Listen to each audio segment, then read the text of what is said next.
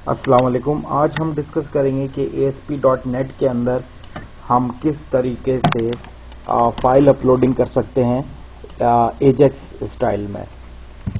अब Ajax style से मेरा मतलब यह है कि आप जब फाइल अपलोडिंग करते हैं तो यूज़र को वेबसाइट ब्राउजिंग में कोई भी जो वेबसाइट की जो ब्राउजिंग है वो बिल्कुल भी स्टॉप नहीं होनी चाहिए। यूज़र एज जो मुख्तलिफ तरीके की ब्राउजिंग कर रहा है पेज पे वो करता रहे।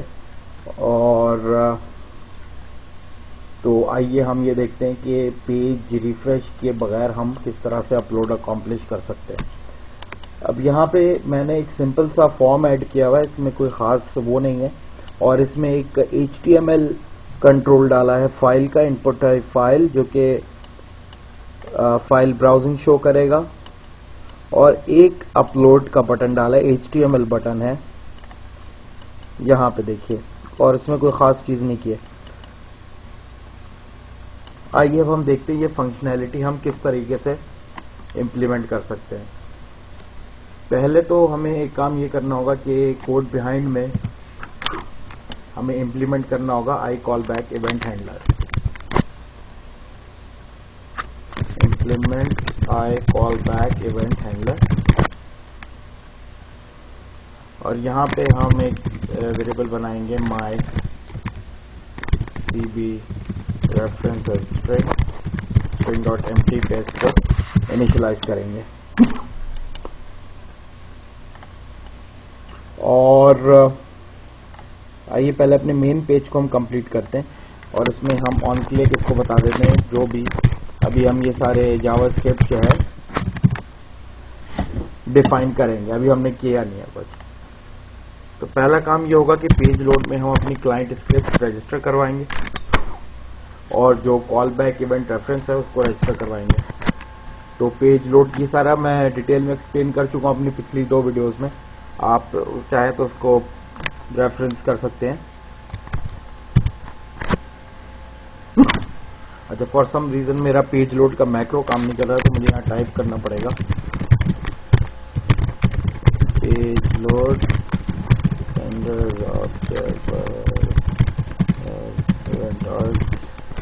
हैंडल्स मी डॉट लोड। ओके, तो ये हमने पेज लोड का लिख लिया।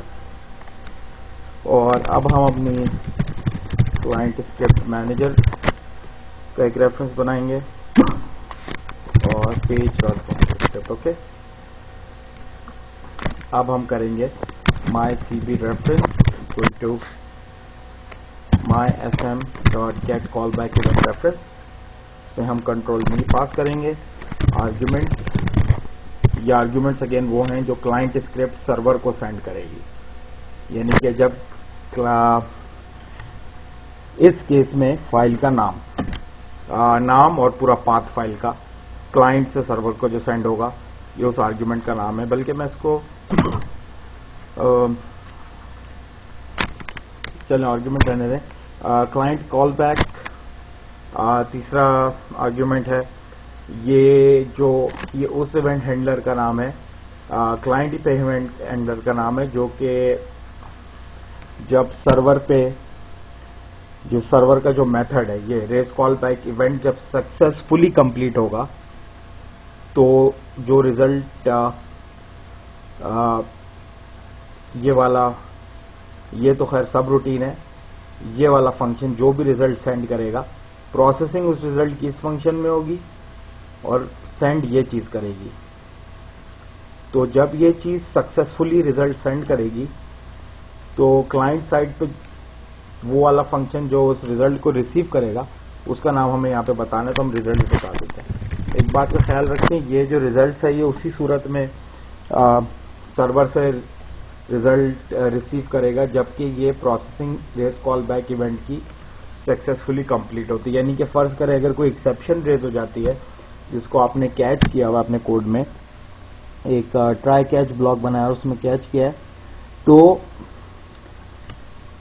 ये वाला मेथड रिजल्ट रिसीव नहीं करेगा। सही है, ये वाला मेथड उसी सूरत में करेगा जबकि ये कोड सक्सेसफुली कंप्लीट होगा।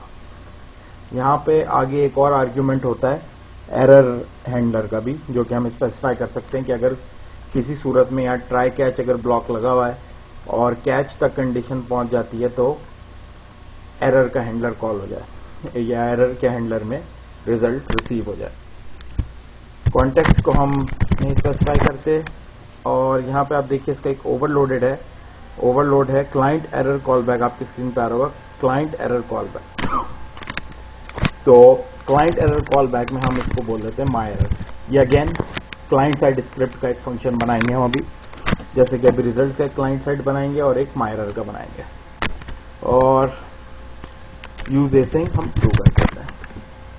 तो यहाँ पे ये आप रेफरेंस आपके सामने इसकी आ रही है पूरी, आप देख लीजिए, मैं आपको दिखाता हूँ।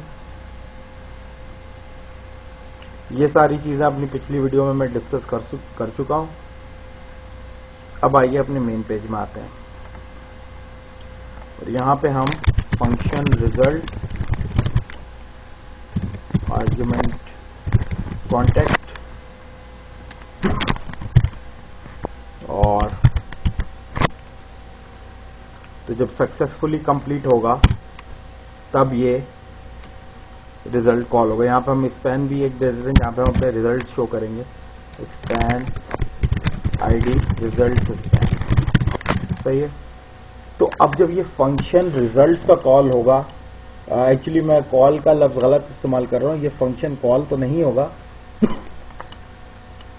जब ये जो रेस कॉल बैक इवेंट है बेसिकली ये सर्वर साइड प्रोसेसिंग करेगा, तो जब इधर से रिजल्ट रिटर्न होगा और ये कॉल पूरी सक्सेसफुल हो जाएगी तो रिजल्ट इस फंक्शन में रिटर्न होगा और उस रिजल्ट को हम ये जो पहला जो आर्ग्यूमेंट है इससे एक्सेस कर सकते हैं, सही है। इसका नाम हम ऑब्वियसली कुछ भी रख सकते हैं, यहाँ पे आर्ग भी रख सकते हैं, रिजल्ट भी रख सकते हैं, मैंने यहाँ आर्ग्यूमेंट लिया। तो क्योंकि हमें पता है कि इस फंक्शन में फंक्शन रिजल्ट्स के अंदर वैल्यू तब ही आएगी जबकि फंक्शन सक्सेसफुली कंप्लीट हो जाएगा, इस केस में जब फाइल अपलोड कंप्लीट हो जाएगी। तो हम यहाँ सिंपली ये करते हैं कि result span dot inner HTML equal to success, okay जी, कि ये सक्सेस हो चुके।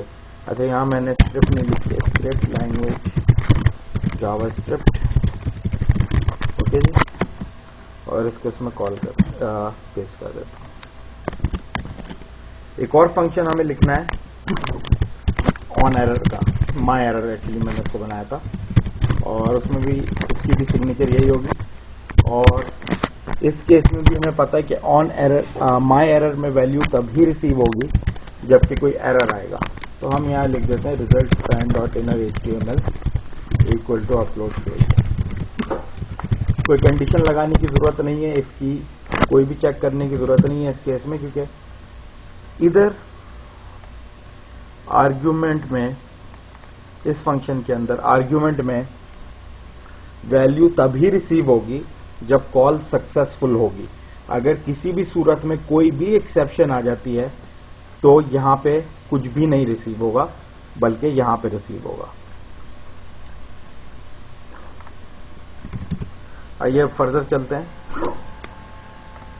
अब यहां पे हमने ये काम कर लिया और यहां पे हम यूजर से फाइल को प्रॉम्प्ट कर रहे हैं। अब जब आप फाइल अपलोडिंग करेंगे तो इस केस में मैं वेब क्लाइंट की क्लास यूज करूंगा। वेब क्लाइंट क्लास के अंदर एक मेथड होता है, वेब क्लाइंट की जो क्लास है system.net नेम स्पेस में मौजूद है और इसके अंदर एक मेथड होता है अपलोड फाइल का, और उस अपलोड फाइल को इम्प्लीमेंट हम आइए करते हैं अपने रेस कॉल बैक इवेंट में। यहाँ पे मैं कोई ट्राई कैच नहीं लगाऊंगा, कोई एरर हैंडलिंग नहीं करूंगा, क्योंकि मैं इस सैंपल को सिंपल रखूंगा ताकि आप लोग फॉलो कर सकें।